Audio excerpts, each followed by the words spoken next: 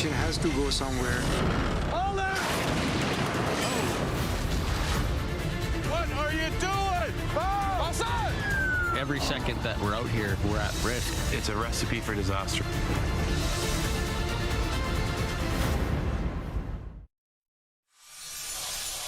We are getting close to hearing Phil's prediction. You can see the light, and you know, at sunrise, that's when they wake Phil from his burrow and find out if he's going to predict 6 more weeks of winter or an early spring. The inner circle is up on stage right now. Phil is still in his burrow, talking to the crowd. And so these gentlemen who make up the inner circle, they're all volunteers from the community. They put on this great event and really work year-round to make this everything that it is. And it is such a fun, not just one day, but the weekend and the days leading into it. There is so much going on here in Punxsutawney, Pennsylvania. It's a small town of maybe 6,000. It can double, it can even triple or quadruple, depending on when Groundhog Day is. Certainly the weekend events are big, but looking at this crowd on a Wednesday, it's a good-sized crowd out here that all gathered at Gobbler's Knob to find out if Phil will predict 6 more weeks of winter or an early spring. Okay, Jen, I got to ask you something.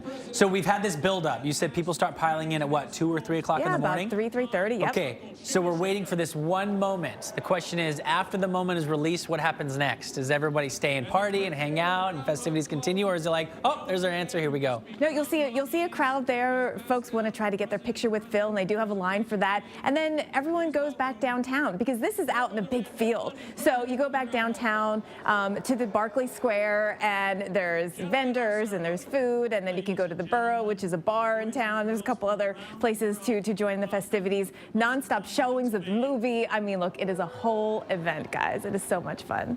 To see this many people out, because that is a really large crowd, and it feels like it's about 18 degrees there. So you know that this is like something people come, it's a family tradition. This is probably something people look forward to for all year in this area. Yeah, myself included. It really is a tradition, right? I mean, and the tradition dates back to 1887. That was the first trek up here to Gobbler's Knob in Punxsutawney, Pennsylvania.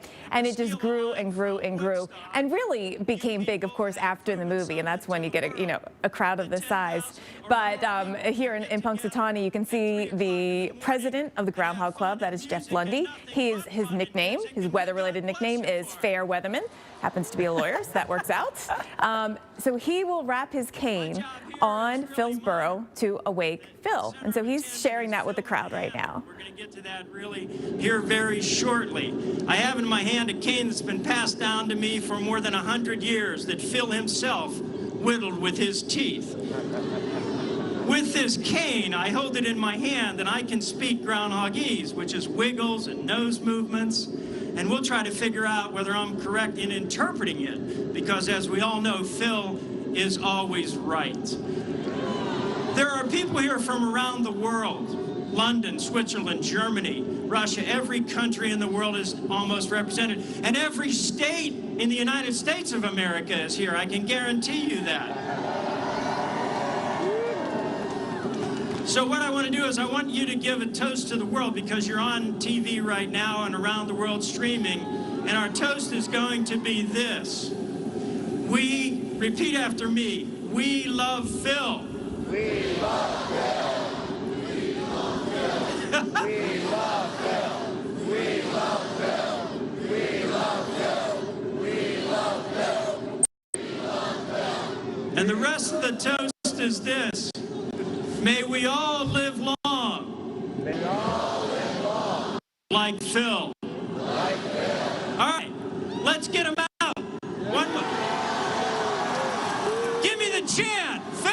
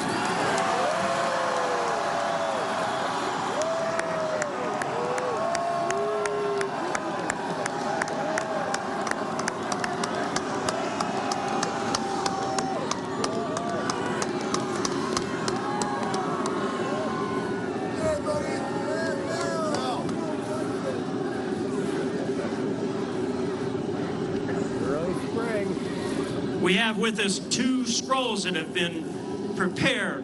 One is spring and one is winter. Are you ready to find out? Yes. Early spring.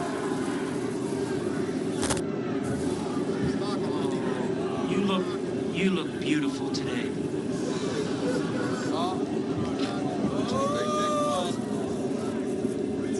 Billy, help me out. Put your hand on the cane with me. Pay attention, he's saying. Get that one? We got a prediction. Hey. Are you ready? Yes.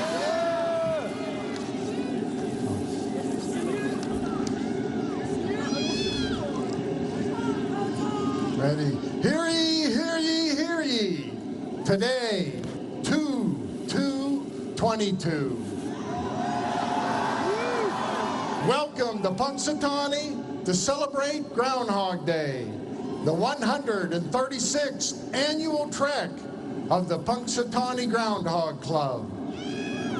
Punxsutawney Phil, the seer of seers, the prognosticator of all prognosticators, was gently lifted from his burrow at 7:25 a.m., held high to sea. His faithful followers had returned with glee, placing Phil on top of the stump, where in Groundhogese, he directed the president, Jeff Lundy, and the inner circle to his prediction scroll that reads, "Winter has been bleak, dark, and bereft of hope. Yet winter is just another step in the cycle of life. As I look over the faces of the true believers from around the world,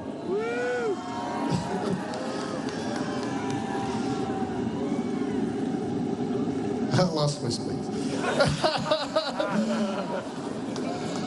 I bask in the warmth of your hearts. I couldn't imagine a better fate. With my shadow I have cast than a long, lustrous 6 more weeks of winter."